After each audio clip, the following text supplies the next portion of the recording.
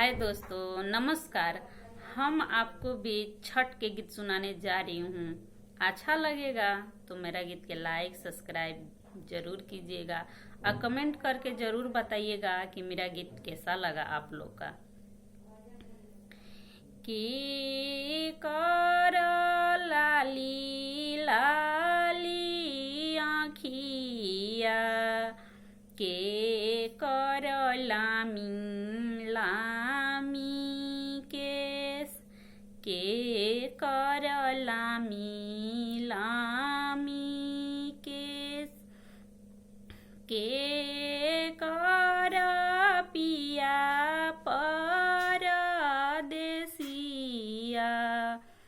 के कर मनावा उदास के कर मनावा उदास अनजानो देई के पिया परदेसिया उनु कर मनावा उदास उनु कर मनावा उदास चिठिया मांगैबो अंतर देशिया फोनामा से करब हो जवाब फोनामा से करब हो जवाब सभ सखी करेली परबिया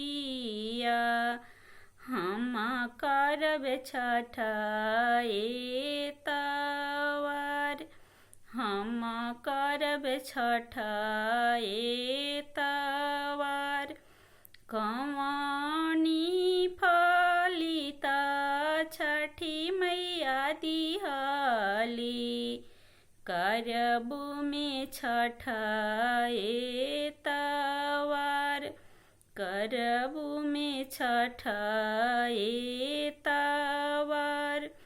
गोदिया में देली छठी मई बलकवा करबो में छठ एतवार करबो में छठ एतवार इहे रे फलिता छठी मैया दिहली हम करम छठ एतवार हम करब छठ एतवार।